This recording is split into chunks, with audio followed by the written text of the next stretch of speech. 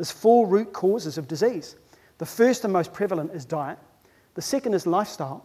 The third is environment. And the fourth is genetic. And the interesting thing is when you really start to look at the research, about 97% of our health is diet, lifestyle, and environment. And there's about 3% that dictates genetic disease. So when you start to look at that, you start to go, wow, well, I'm so sick, and I've always been sick, and yet 97% of illness is not about my genetics. Then I can do something about it. So how do we all get into our 100s or our 90s without high blood pressure, without diabetes, without obesity, without any lifestyle cancers? How do we do that? And the thing is, groups of people all over the world are doing it every day in large amounts at 10 times higher rates than we do. And it's not genetic. Genes require triggers. You control the triggers. That basically says your genetic expression is up to you. And it really is.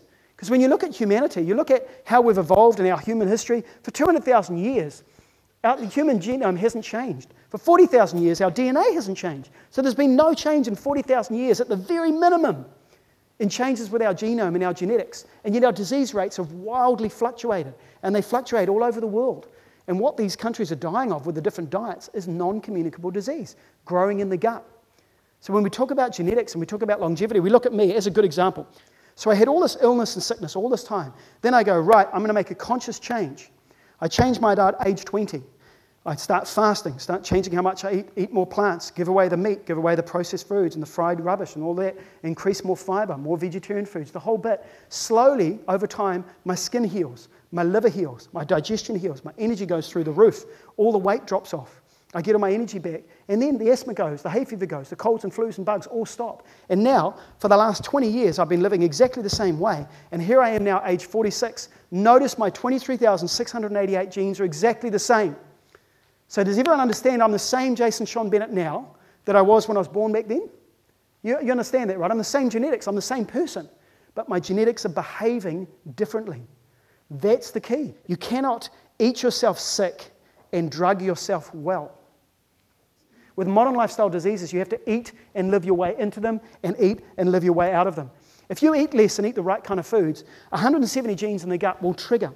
Those genes that get triggered will give you your longevity or your cell survival, your metabolism, as in how much fat you carry on the human body, your energy levels, and your anti-cancer mechanisms, which is your DNA repair.